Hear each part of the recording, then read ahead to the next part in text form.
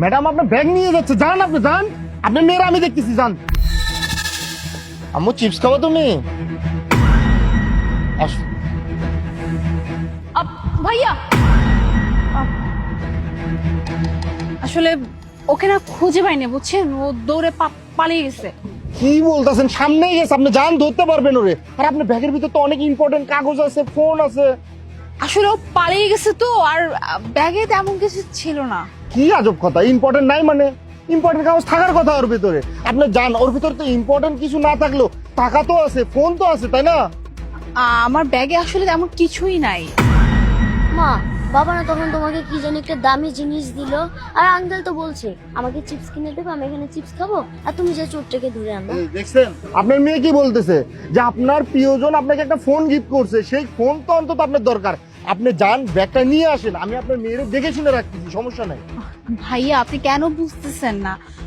আমার আমার মেয়েকে রেখে আমি এখান থেকে যাবো না। দ্বিতীয় কথা হচ্ছে আমার ব্যাগ ইম্পর্টেন্ট কিছু নাই তো, সো আমি ব্যাগটার পিছনে আমি কেন যাব? চোরটাকে ধরা তোমার দরকার নাই, তাই না? এই জন্যই, বুঝতে পারছেন, আজকে এই চোরগুলা আপনার ক্ষতি করছে, কাল পরশু অন্যজনের ক্ষতি করতে পারে, তো আপনি একে তো ধরে শিক্ষাটা তো দিবেন। এই জন্য বলতেছি, আপনি যান, ব্যাগটা যান নিয়ে আসেন, আপনার মেয়ে আমার কাছে সই সালামত আছে। আচ্ছা আপনি কেন বুঝতেছেন না? আমি আমার মেয়েকে ছেড়ে কোথাও যেতে চাচ্ছি না, আর আমার এই ব্যাগের দরকার নাই, তাই না? তো আপনি আমাকে বারবার কেন ফোর্স করতেছেন? এক মিনিট, আপনি সেই শুরু থেকে আমাকে এটাই বলে যাচ্ছেন যে আপনি যান, চোরটাকে ধরেন, আমি আছি আপনার মেয়েকে সামলাবো। আমার কেন জানি সন্দেহ হচ্ছে যে আপনি আর যে ছেলেটা আমার ব্যাগটা নিয়ে গেল, আপনারা দুজনই এক। মানে সম্পূর্ণটা একটা প্ল্যান। মানে হচ্ছে ওই ছেলেটা আমার ব্যাগটা নিয়ে গেল, আমি কি করব? ওর পিছু পিছু চলে যাব, আর আমার মেয়েটাকে আপনার কাছে রেখে যাব, আর এই ফাঁকে আমার মেয়েকে খাবারের লোভ দেখিয়ে কিডন্যাপ করে নিয়ে যাবেন। হ্যাঁ, কি ভেবেছেন? হ্যাঁ, আপনি চালাকি করবেন, আমি ধরতে পারবো না? আমি তো ওখানে গিয়ে না আমার কাছে কেন জানি মনে হয়েছে যে আমার মেয়েকে আপনার কাছে রেখে যাওয়াটা খুব সুবিধাজনক হবে না। আর যখন আমি আসলাম, আপনি বারবার আমাকে এইটা ফোর্স করতেছিলেন যে আমি যেন ওই ছেলেটা পিছে দৌড়াই, যাতে করে ছেলেটার কাছে আমি যাই আর আমার মেয়েকে আপনার কাছে রেখে যাই। কি ভেবেছেন? হ্যাঁ, আমার মেয়েকে কিডন্যাপ করবেন, তাই না? বুঝতে পারছি। এই জন্য বাঙালির মানুষ উপকার করতে চায় না, বুঝতে পারছেন? এই যে আমি উপকার করতে আইছি, আমার বানাই দিলেন হলো কিডন্যাপার। আপনার মতো মানুষের উপকার করা আমার লাগবে না। ভাই, আপনি আমার ঠিক কোন উপকারটা করতে চাচ্ছিলেন এটা কিন্তু আমার বোঝা হয়ে গেছে, ঠিক আছে? আর আপনি যদি আমার এই উপকারটা করেন, তাহলে আমি কিন্তু আপনার একটা উপকার করব, পুলিশ ডেকে সোজা লকআপে ভরে দেবো, ঠিক আছে? তাই বলতেছি সময় থাকতে এখান থেকে পালান, যান বলছি। তুমি ঠিক আছো তো? শোনো, তোমাকে একটা কথা বলি, আগেও বলেছি আজকেও বলতেছি, বাইরের কোনো মানুষ যদি কোনোদিন তোমাকে কোনো কিচ্ছু খাবার দেয়, তুমি কিন্তু খাবে না। ইভেন এটা যদি বলে যে আমার সঙ্গে চলো, তোমার আম্মু দূরে দাঁড়িয়ে আছে, তোমার আব্বু দূরে দাঁড়িয়েছে, খবরদার কখনো যাবে না, মনে থাকবে। ওস্তাদ কামড়িছে, মাইয়া লইছেন ওস্তাদ? তোর বেটা, আর মায়ের যে চালাক, বাচ্চা তো হাতই ধরতে দেয় না, বাচ্চার হাত নিয়ে চলে গেল। আমি কি করুম, বাচ্চা আরেকটা তোলা লাগবো। হ্যাঁ ওস্তাদ, তাইলে আপনি 2 লাখ টাকা অ্যাডভান্স নিলেন। একটা অ্যাডভান্স নিছি, এখন তো মাই একটা ব্যবস্থা করে দিতে হবে, এটা না হয় আরেকটা উঠান লাগবো। এক কাজ কর, ব্যাগের ভিতর কি কি আছে দেখতো।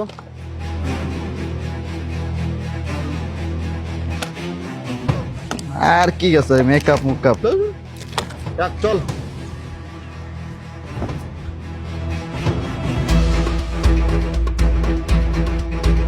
মোনা, তোমাকে একের পর এক আমি কল করে যাচ্ছি, তোমার কোনো খোঁজ খবর নাই, তুমি কলটাও রিসিভ করছো না। ছিলা কোথায় এতক্ষণ? আলিফ, আসলে একটা ঘটনা ঘটে গেছে। ঘটনা ঘটে গেছে মানে? ছিনতাইকারী আমার ব্যাগ ছিনতাই করে চলে গেছে। হোয়াট? তোমার মাথা ঠিক আছে? সচেতন হয়ে চলাফেরা করা উচিত। কিভাবে চলাফেরা করো যে একটা মানুষ তোমার কাছ থেকে ব্যাগ নিয়ে চলে যায়? তুমি আমাকে এইভাবে কেন বলতেছো? হ্যাঁ, মানে আমি সচেতন না? শোনো, আজকে আমি ছিলাম বলেই না তোমার মেয়ে তোমার চোখের সামনে, তা না হলে তোমার মেয়ে এতক্ষণে কিডন্যাপ হয়ে যেত। তুমি কি বলতেছো? এইসব মেয়েকে কিডন্যাপ করে নিয়েছে তো? মানে কি হয়েছে, আমাকে আমাকে খুলে বলো।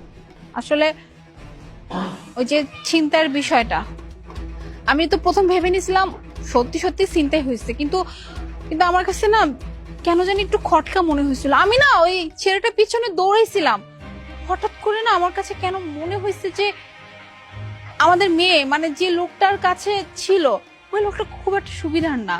মানে আমার কাছে মনে হচ্ছিল যে আমার মেয়েটাকে ওই লোকটা নিয়ে যাবে। তো আমি ওর কাছে আসলাম, এসে বললাম যে আমি আমার মেয়েকে রেখে কোথাও যাবো না, আমার ব্যাগের দরকার নেই। কিন্তু তুমি জানো ওই ছেলেটা কন্টিনিউয়াসলি আমাকে ফোর্স করতেছিল যে আপু প্লিজ আপনি যান, ওই ছেলেটাকে ধরুন, ওই ছেলেটাকে ধরলে ব্যাগটা পাবেন।